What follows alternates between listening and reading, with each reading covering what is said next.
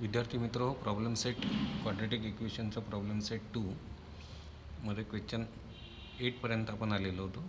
आता मी 9th क्वेश्चनकडे येतो. ही वर्ड प्रॉब्लेम आहे. The sum of two roots of a quadratic equation is 5. एक क्वाड्रेटिक इक्वेशन आहे आणि त्याच्या दोन रूट्सची सम आपल्याला दिलेली आहे, ती आहे 5.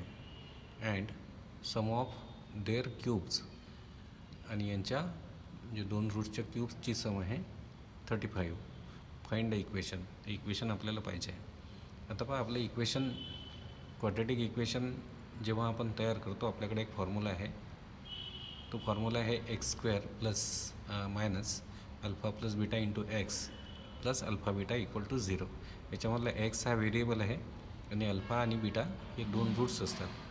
दोन रूट्सची सम आणि दोन रूटचा प्रोडक्ट आपल्याला माहीत पाहिजे असतो, किंवा आपण क्वाड्रेटिक इक्वेशन तयार करू शकतो. तर इथे जे आपल्याला क्वाड्रेटिक इक्वेशन तयार करायचं आहे, इथे आपल्याला त्या क्वाड्रेटिक इक्वेशनच्या दोन रूटची सम दिलेली आहे, पण दोन रूटचा प्रॉडक्ट दिलेला नाही. त्याच्याऐवजी आपल्याला त्या दोन रूटच्या क्यूबची सम दिलेली आहे. आता हे एक्झाम्पल जे आहे ते कसं करायचं, तर आपण असं करू. Let alpha and beta be the roots of. आता हे जे क्वाड्रेटिक इक्वेशन तयार करायचं आहे आपल्याला, त्याला आपण रिक्वायर्ड क्वाड्रेटिक इक्वेशन म्हणू. Let alpha and beta be the roots of required म्हणजे जे आपल्याला हवं आहे ते क्वाड्रेटिक इक्वेशन. मग फ्रॉम गिवन कंडिशन्स, ज्या कंडिशन्स आपल्याला दिल्या आहेत त्या कंडिशन्सवरून अल्फा प्लस बीटा म्हणजे दोन रूटची सम ही दिलेली आपल्याला 5, आणि दोन रूटच्या क्यूबची सम म्हणजे alpha cube plus beta cube ही दिलेली आहे आपल्याला 35. आता असं आहे की दोन रूटची सम तुम्हाला माहिती असेल, तर दोन रूटचं प्रॉडक्ट तुम्हाला माहिती पाहिजे. म्हणजे हा फॉर्म्युला तुम्ही वापरू शकता. x² minus alpha plus beta into x plus alpha beta equal to 0. या फॉर्म्युल्याने आपल्याला क्वाड्रेटिक इक्वेशन मिळते जर अल्फा आणि बीटा या दोन रूटची सम माहिती असेल आणि प्रॉडक्ट माहीत असेल. तर या एक्झाम्पलमध्ये आपल्याला दोन रूटची सम माहिती आहे, पण दोन रूटचा हा जो प्रॉडक्ट आपल्याला पाहिजे आहे अल्फा इंटू बीटा, तो आपल्याला माहीत नाही. त्याच्याऐवजी आपल्याला दोन रूटच्या क्यूबची सम दिलेली आहे. मग आता इथे आपण दोन रूटच्या क्यूबचा जो फॉर्म्युला आहे, म्हणजे एक्सपान्शन फॉर्म्युले मागे मी तुम्हाला माझ्या एका व्हिडिओमध्ये मी दिले होते. तर ते फॉर्म्युले जर तुम्ही नीट वाचले असतील, तर हा जो फॉर्म्युला मी आत्ता वापरतो आहे, हा फॉर्म्युला तुम्हाला माहीत असेल. तर alpha cube plus beta cube equal to, बघा आता हा फॉर्म्युला माहीत नसेल तर माहीत करून घ्या. म्हणजे first term cube plus second term cube. इथे फर्स्ट टर्म अल्फा आहे, सेकंड टर्म बीटा आहे. अल्फा आणि बीटा फर्स्ट टर्म आणि सेकंड टर्म म्हणून मी वापरतो. तर first term cube plus second term cube equal to first term plus second टर्मचा होल क्यूब, किंवा मग alpha cube plus beta cube equal to, हा फॉर्म्युला हा तुम्हाला लक्षात ठेवावा लागेल. अल्फा प्लस बीटाचा whole cube minus 3 alpha beta into alpha plus beta. हा फॉर्म्युला जो मी आत्ता इथे लिहिला, हा तुम्हाला लक्षात ठेवावा लागेल. आणि याच्यामध्ये आता आपण किमती टाकू. Alpha cube plus beta cube 35 आहे, इक्वल टू अल्फा प्लस बीटाची व्हॅल्यू आहे 5, तर 5चा क्यूब मायनस 3 इंटू करतो मी आता अल्फा बीटा, हा 3 into alpha beta into alpha plus बीटाची व्हॅल्यू आहे 5. तर याला सोडवू आपण. 35 इक्वल टू, हा फॉर्म्युला आहे alpha cube plus beta cube equal to alpha plus बीटाचा होल क्यूब. इथे प्लस असेल तर इथे प्लस घ्यायचा, आणि इथे प्लस असेल इथे प्लस घ्याल, आणि इथे प्लस असेल तर इथे मायनस घ्यावं लागेल. Alpha cube plus beta cube equal to alpha plus बीटाचा whole cube minus 3 alpha beta into alpha plus beta. तर ह्या किमती मी टाकल्या. आता 5चा क्यूब 125 होतो, मायनस 3 इंटू 5 15 होतील, हे होतील अल्फा बीटा. आता -15 अल्फा बीटा आपण इकडे घेऊ, मायनसचं प्लस होईल आणि 35 इकडे आणू. हे होतील मग 15 अल्फा बीटा इक्वल टू 125 मायनस 35. हे होईल 15 अल्फा बीटा इक्वल टू 90. म्हणजे अल्फा बीटा इक्वल टू 90/15 आणि देअरफॉर अल्फा इंटू बीटाची व्हॅल्यू आपल्याला मिळते इथे 6. आता ही फर्स्ट स्टेप झाली तुमची. तर सेकंड स्टेप घेतो आहे मी. Now the required quadratic equation is. आता जे रिक्वायर्ड म्हणजे हवं असलेलं क्वाड्रेटिक इक्वेशन आहे. आता तुमच्याजवळ पहा 2 रूटची सम दिली होती क्वाड्रेटिक इक्वेशनच्या 5 आणि 2 रूटचं प्रॉडक्ट तुम्हाला आता मिळाला. म्हणजे हा फॉर्म्युला आता तुम्ही वापरायचा अल्फा प्लस बीटा आणि अल्फा इंटू बीटा व्हॅल्यूज टाकून x² minus alpha plus beta into x plus alpha beta equal to 0. आता इथे x²च राहील मायनस अल्फा प्लस बीटाची व्हॅल्यू 5 आहे into x plus 6 equal to 0. x² minus into plus, इथे काही चिन्ह नाही म्हणजे प्लस आहे. मायनस इंटू प्लस मायनस होईल. 5 into x 5x plus 6 equal to 0.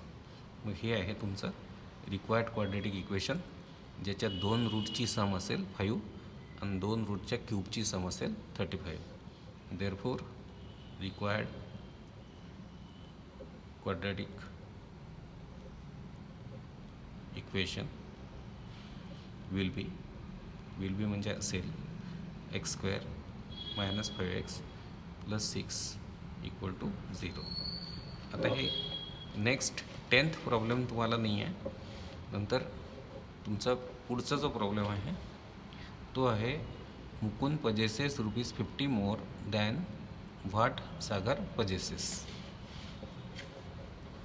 हे 11th एक्झाम्पल आहे मुलांनो. Mukund possesses ₹50 more than Sagar possesses. आधी प्रॉब्लेम लिहून घेतो आणि मग तुम्हाला समजावून सांगतो. पुढे प्रॉब्लेम म्हणते the product of the number of amount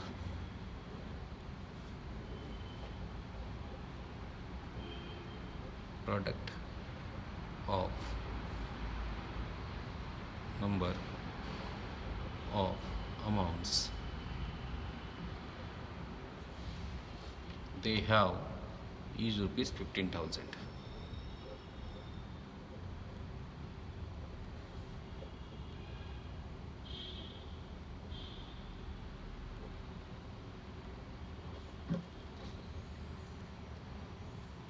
Find the amount each has.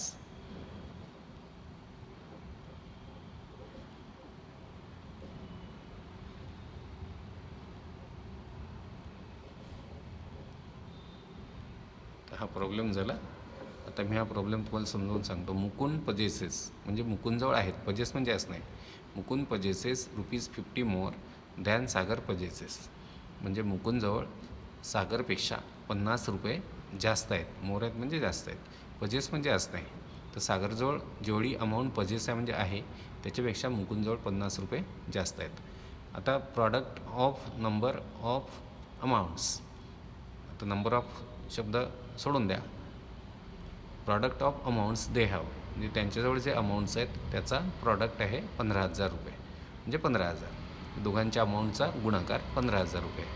Find the amount each has. प्रत्येकाजवळ असलेली अमाऊंट काढा. खूप कठीण एक्झाम्पल नाही आहे. आपण असं करू, मुकुंदजवळ सागरपेक्षा ₹50 जास्त आहेत. तर असं करू आपण, सागरजवळ ₹X घेऊ म्हणजे मुकुंदजवळ होतील मग x + 50. लेट सागर, समजा सागर पजेसेस ₹X. समजा सागरजवळ ₹X आहेत. Therefore amount purchases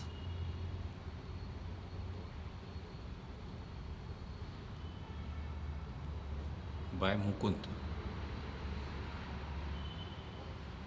he will rupees x plus 50. कारण मुकुंदजवळ सागरपेक्षा 50 रुपये जास्त आहेत. फ्रॉम गिवन कंडिशन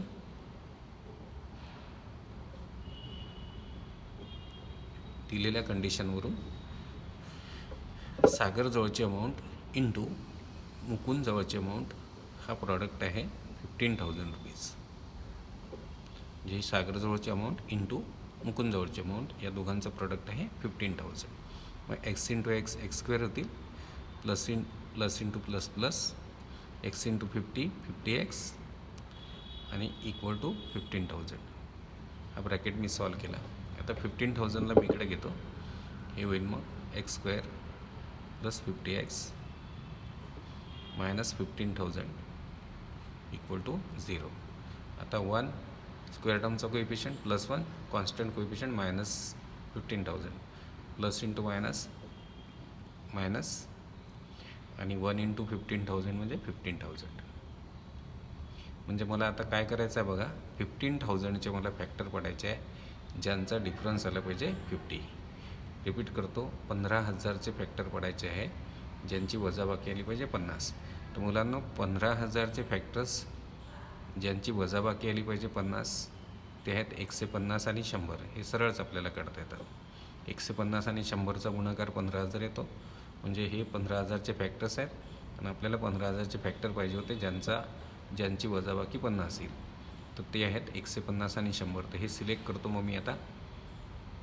आणि तुम्हाला हे माहीत आहे, मी खूपदा सांगितलं, तुम्हाला कित्येकदा सांगितलं की स्क्वेअर टर्मचा कोएफिशियंट, कॉन्स्टंट कोएफिशियंट यांचा प्रोडक्ट मायनस येत असेल या दोघांपैकी एक प्लस असतो एक मायनस असतो.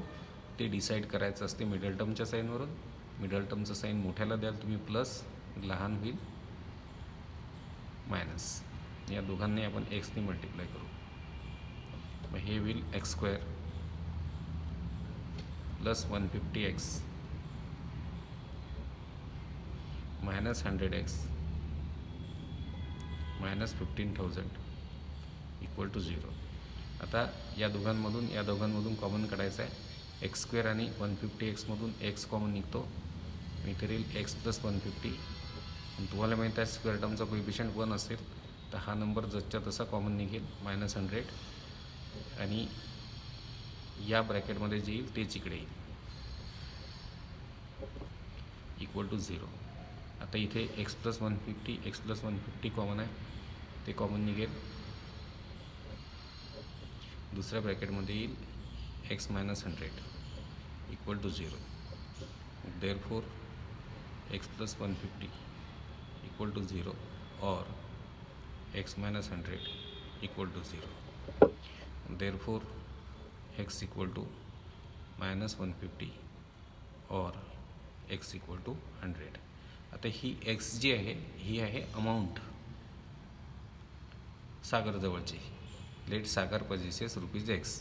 तर सागरजवळ असलेली अमाऊंट जी आहे ती एक तर पॉझिटिव्ह असेल किंवा 0 असेल, ती निगेटिव्ह असणार नाही.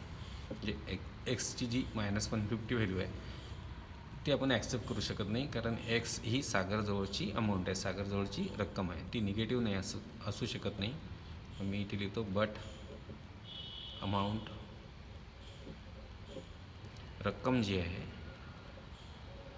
Cannot be negative. मायनस वीचा अर्थ होतो negative. Therefore x equal to minus 150 is not acceptable. हे आपल्याला ॲक्सेप्टेबल नाही, म्हणजे ही एक्सची व्हॅल्यू आपण ॲक्सेप्ट करू शकत नाही. Therefore x equal to 100. आता मी आन्सर लिहितो. देअरफॉर सागर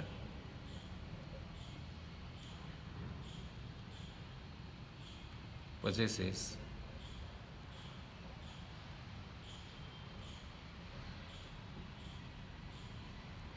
रुपीज 100 एक्स म्हणजे 100. अँड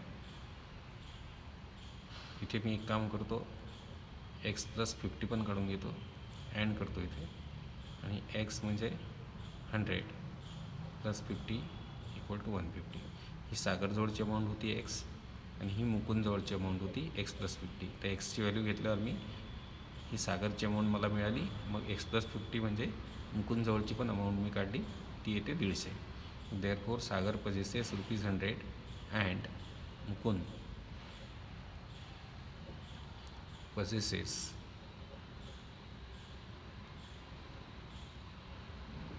₹150. आता आपण नेक्स्ट एक्झाम्पलकडे जाऊ. एक्झाम्पल आहे the difference between the squares of 2 numbers. इथे प्रॉब्लेम लिहितो. 12th प्रॉब्लेम आहे हा problem सेटमधला.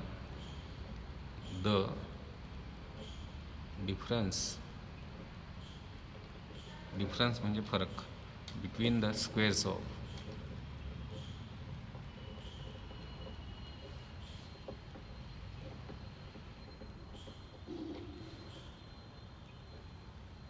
2 numbers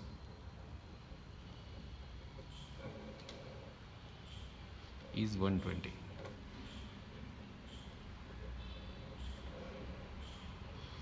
The square of the smaller number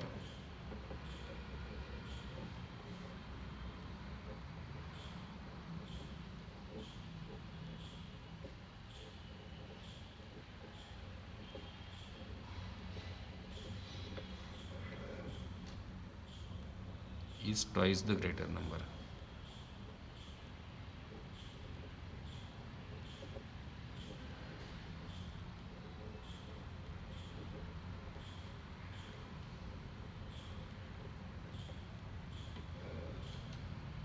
Find the numbers.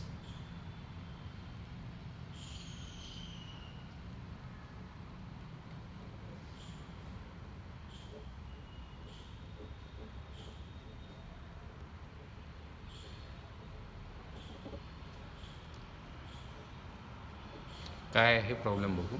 The difference between the squares of 2 numbers, 2 नंबर्सच्या स्क्वेअर्समधला डिफरन्स हा आहे 120. हे 2 नंबर्स आहेत, त्यांच्या स्क्वेअर्समधला डिफरन्स 120 आहे. The square of smaller number म्हणजे स्मॉलर नंबरचा स्क्वेअर जो आहे तो आहे ट्वाईस द ग्रेटर नंबर म्हणजे ग्रेटर नंबरच्या दुप्पट. Find the numbers.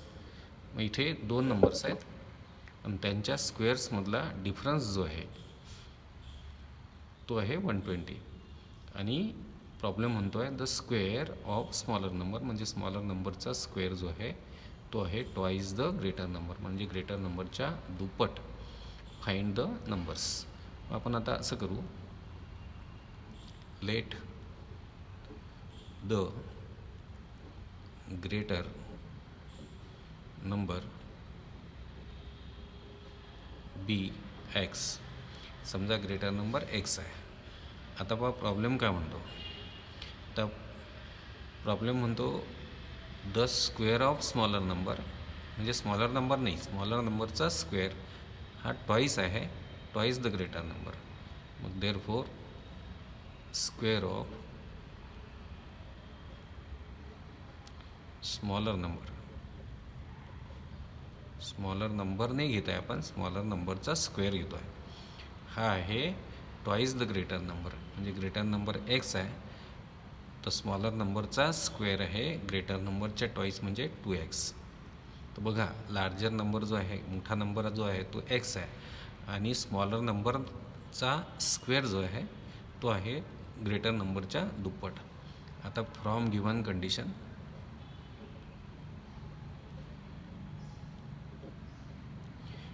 सांगते दोघांच्या स्क्वेअर्सचा डिफरन्स म्हणजे मोठ्या नंबरचा स्क्वेअर मायनस लहान नंबरचा स्क्वेअर.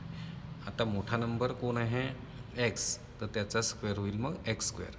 हा झाला मोठ्या नंबरचा स्क्वेअर मायनस लहान नंबरचा स्क्वेअर. आता लहान नंबर आपल्याला माहीत नाही पण त्याचा स्क्वेअर आपल्याला माहिती आहे. हे बघा ग्रेटर नंबर आपण एक्स घेतला, मग प्रॉब्लेम सांगतो की जो लहान नंबर जो आहे त्याचा स्क्वेअर हा मोठ्या नंबरच्या दुप्पट आहे. मग लहान नंबरचा स्क्वेअर झाला, मोठा नंबर एक्स घेतला तुम्ही, त्याच्या दुप्पट म्हणजे 2x. आता कंडिशन सांगते दोघांच्या स्क्वेअर्समधला डिफरन्स 120 आहे.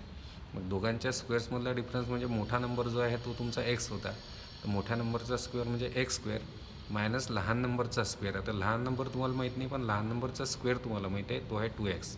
तर आपल्याला स्क्वेअर्समधला डिफरन्स घ्यायचा आहे. मोठा नंबर एक्स होता त्याचा स्क्वेअर एक्स स्क्वेअर झाला, मोठा नंबर एक्स होता म्हणून, मायनस लहान नंबर जो आहे त्याचा स्क्वेअर आहे 2x आपल्या कंडिशननुसार. तर हा डिफरन्स आहे 120. मोठ्या नंबरचा स्क्वेअर म्हणजे एक्सचा स्क्वेअर मायनस लहान नंबरचा स्क्वेअर. आता तुम्ही म्हणाल लहान नंबरचा याचा तर स्क्वेअर नाही, हा लहान नंबरचा स्क्वेअरच आहे. आपल्याला लहान नंबरची कंडिशन नव्हती, लहान नंबरच्या स्क्वेअरची कंडिशन होती. लहान नंबरचा स्क्वेअर हा मोठ्या नंबरच्या दुप्पट आहे, मोठ्या नंबरच्या म्हणजे एक्सच्या, कारण मोठा नंबर तुम्ही एक्स घेतला होता. तर मोठ्या नंबरचा स्क्वेअर म्हणजे एक्सचा स्क्वेअर मायनस लहान नंबरचा स्क्वेअर, आणि लहान नंबरचा स्क्वेअर आहे 2x. तर या दोघांच्या स्क्वेअर्सचा डिफरन्स आहे 120. आता 120ला इकडे घ्या, x square minus 2x minus 120 equal to 0. आता इथे प्लस इंटू मायनस मायनस झाले, 1 इंटू 120 झाले 120.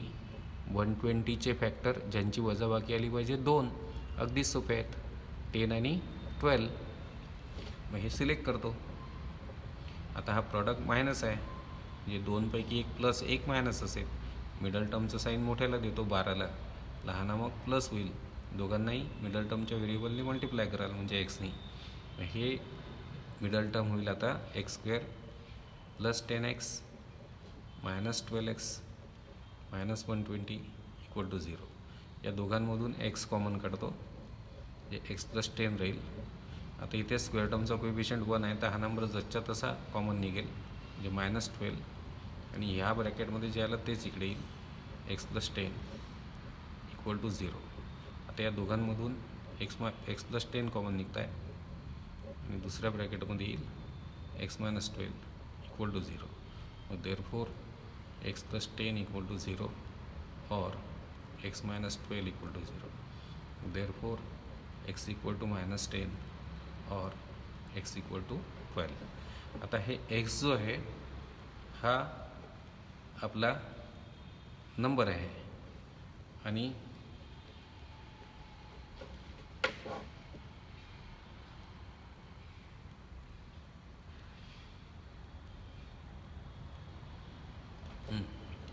आता ही एक्सची व्हॅल्यू आपण कोणती स्वीकारायची ही आता गंमत पहा. आता काय होऊन राहिलं, इथे एक्सची व्हॅल्यू मायनस 10 आली आणि एक्सची व्हॅल्यू 12 आली. पण जर आपण एक्सची व्हॅल्यू मायनस 10 घेतली तर एक्स कोण आहे, हा ग्रेटर नंबर आहे, आणि एक्सची व्हॅल्यू जर आपण मायनस 10 घेतली तर मग काय होईल. नाव